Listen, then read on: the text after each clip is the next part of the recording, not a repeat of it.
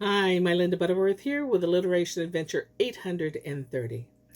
Today is Father's Day, and so I happened to come across this son about the prodigal son, a parable that was written by Ronnie Bray. And I found it quite interesting, and I thought, the life of a father is not always easy. So I'm going to present to you the parable of the prodigal son by Ronnie Bray. Feeling footloose and frisky, a feather-brained fellow forced his father to fork over his future forthcoming farthings. His fortune furnished by his forlorn father, fast and furiously, he flew from familiar fertile furrowed fields to foray in foreign fallow free ranges. Foolishly, he frittered his fragment of the family's fiscal fortune, feasting fabulously with free and easy, fawningly friendly, if flawed, floozies and faithless friends. Flooded with frisons of flattery, he financed a fully fledged fling of funny foam and fast food. Fleeced by his fellows in folly, facing famine and feeling faintly fuzzy, he found himself a feed flinger in a filthy foreign farmyard.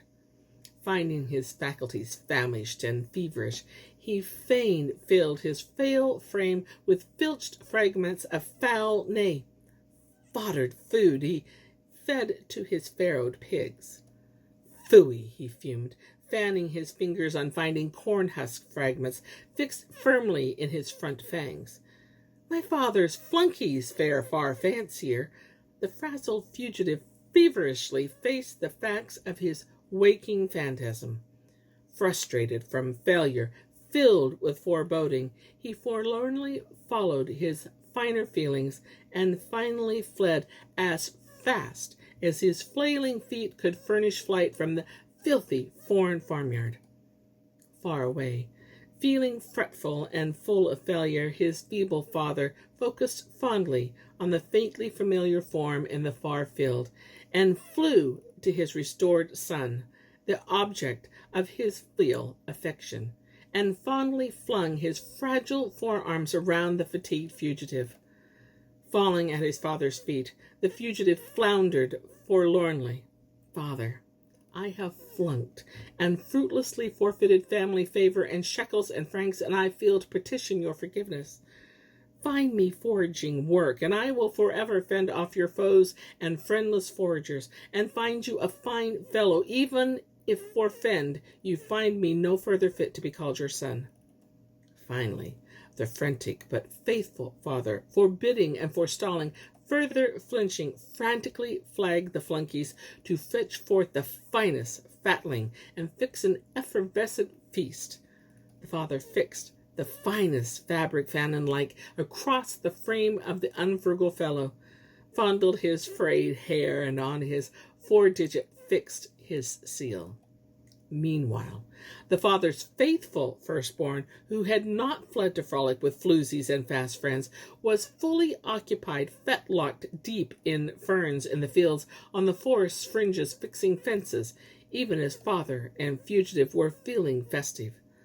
The foreman felt fantastic as he flashed the fortunate news of a familiar family face that had formerly forsaken fatal foolishness, but who now fled fulsomely back to the fold. The firstborn let fixings and hammer fall to the floor, and fast-paced drew on the farmhouse, following the flavors of fine festive fare with flared nares, fist flailing as he fronted a fight for familiar philanthropy. 44 feet from the farmhouse, the firstborn found a farmhand fixing a fatling and frying fish on a fire of a former floorboards. Frowning ferociously as fault-finders do, he fumed at his fawning father. Floozies and foam have fretted family funds, and you fix a feast following the fugitive's female falderals? He flexed his face into a physiognomy foretelling fearful fortune. Fiercely he demanded, Am I a foundling or your firstborn? Father faced the phenomenon as Pharaoh faced the faithful follower of the foremost, fidgeting his feet like a fowl on a furnace. Father fastened his resolve and stood firm, his philanthropy fixed by the physics of fatherhood, the very fountain of faith, through whose forbidding forearm flows the unfailing fruit of fellowship and fair play. Am I a Pharisee, he asked his son, or I am your father, who shall fulfill each font as I feel fit, and not be forced as a man not free to fill the flute of whatever flutist pipes? The firstborn's fury flashed like a futile felling axe fast falling through fathoms of Fahrenheit-filled sunshine, his face fluorescent with fury. But further fussing was futile. His fervor flagged like fog at midday and flew. In fulminating fortissimo fashion, he faulted the father for failing to furnish a fatling and feast for his friends, and flayed his father's focus on forgiveness. His folly that fateful Friday was not in feeling fit for feast and fatling, and failing to finagle same for his favorite familiars. Rather, his flaw was his feelings about the fairness of the festival for the fraternal fasting fugitive, his filial fellow, and his fate.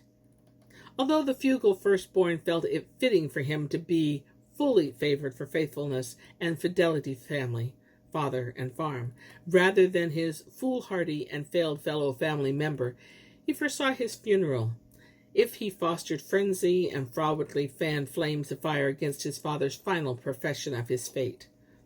His fundamental fallacy was a fixation on favoritism rather than on forgiveness.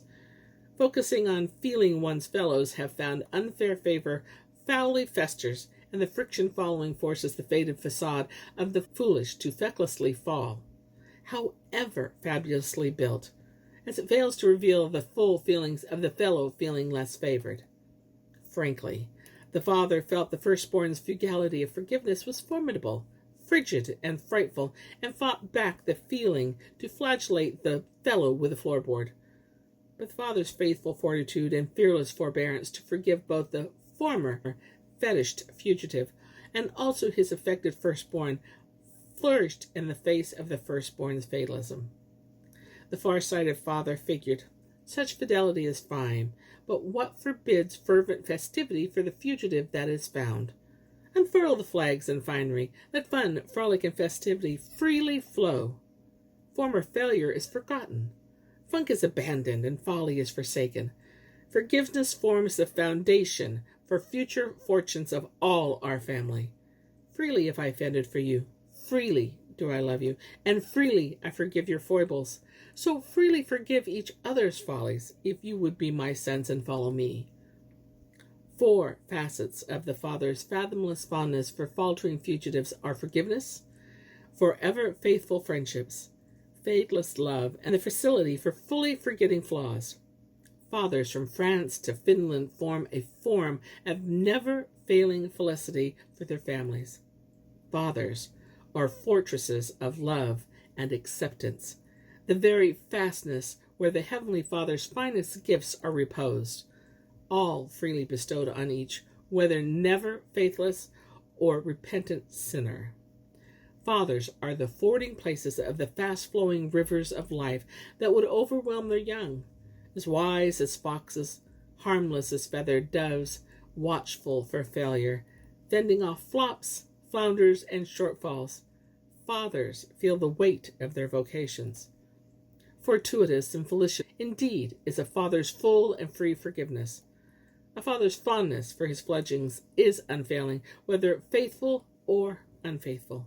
And we must thank our Father in heaven that this is so, or else where will we find favor and feel full and frank forgiveness when we finally meet the Father of fathers?